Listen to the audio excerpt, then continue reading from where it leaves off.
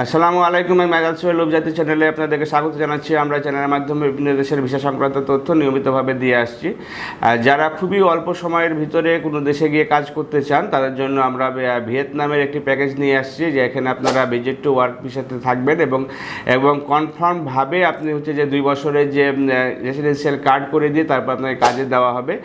যে নর্মালি যারা কাজ করে থাকে ভিয়েতনামে ভিজিট ভিসায় গিয়ে এক্সটেনশন করে না, সে কারণে কাজে সমস্যা হয় অথবা আপনার বিভিন্ন ধরনের হ্যারাসমেন্টের সম্ভাবনা থাকে।